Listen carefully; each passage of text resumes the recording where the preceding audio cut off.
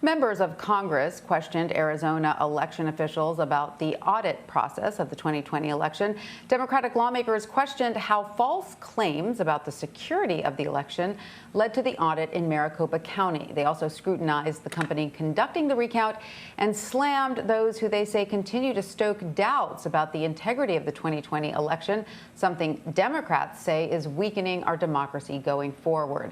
Republicans on the committee slammed the hearing, saying it was not necessary as elections are a state issue, and argued that legislative changes are needed to protect the integrity of elections. However, the chairman for Maricopa County's Board of Supervisors, who is also a Republican, disagreed. We ran the 2020 general election in November, and suddenly, what to that point had been a great process was deemed fatally flawed by a small yet loud minority. I dare say if you're a student of Maricopa County Republican election history, you are not surprised by the results. It was not a flawed election process, not a lack of security. It was a candidate that many Maricopa County Republicans simply did not support. If that lesson is not clear to our state and county Republican leaders, then I'm afraid 2022 will not be favorable to my party. For more on this, I want to bring in Congressman John Sarbanes. He is a Democrat who represents Maryland's 3rd District and participated in today's hearing. Congressman Sarbanes, welcome. Thank you for joining us. What are your thoughts about today's testimony after hearing everything today? And what is your response to those critics who say the hearing is irrelevant because elections are up to the states to run as they see fit? Well, on that point, we know that there are federal elections that are conducted every 2 years, and U.S. citizens participate in federal elections. So we absolutely, as Congress, have the authority and I think the responsibility to make sure that those elections are being conducted in a free and fair fashion. What I thought was most impactful about the testimony today is that it came from 2 Republican officials in Maricopa County from the Board of Supervisors, the chairman and the vice chairman, who both testified that the way they conducted the election in Maricopa County in 2020, the way they counted the votes, the way they reported the votes, was done in a professional way.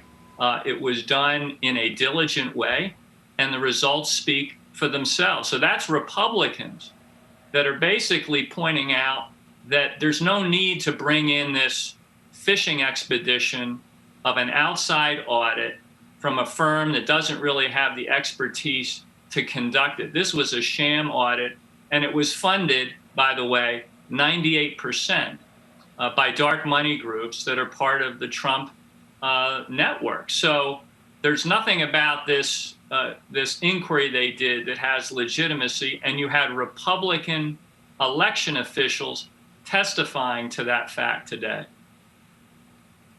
Right, and you spoke today about the importance of following the money when it comes to audits like this. What does following the money here tell you? Well, following the money, we saw that 3 of the groups that funded this audit, this sham audit, that included a group led by Patrick Byrne, a group led by Michael Flynn, and another one by Sidney Powell. Those are 3 individuals that were in the Oval Office in December of last year, conspiring for how to overturn the election.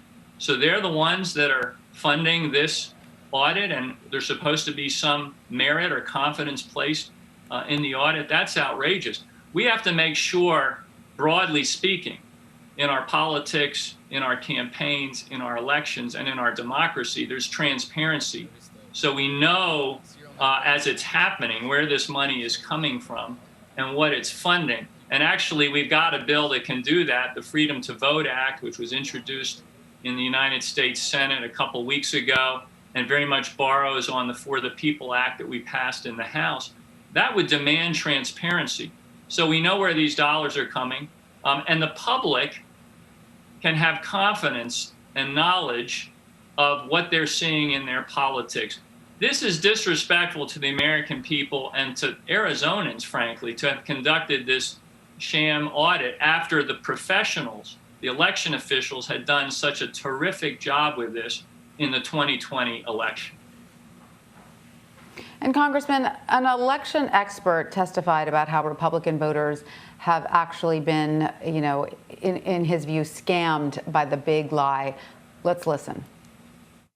The bad news is that tens of millions of Americans, sincerely disappointed that their candidate lost, have been targeted in a scam to keep them angry, divided, and donating. They've been fed a constant diet of lies telling them that millions of their fellow citizens, half of them members of their own party, engaged in a massive conspiracy to deliver the election to the current president, and that none of the millions of conspirators are talking. This big lie is leading to laws in the states that make elections less secure and leading to threats against public servants who run elections. So, Congressman, how can political leaders such as yourself push back on misinformation when some of your own colleagues are the ones peddling it? Well, it's a very difficult thing, frankly, this disinformation campaign that's coming from many on the other side, that is broad and deep and seems to be choreographed in many ways. And it's, as I say, it disrespects the public. It takes advantage of the public because Americans care deeply about their democracy. They cherish it, and they're very protective of it.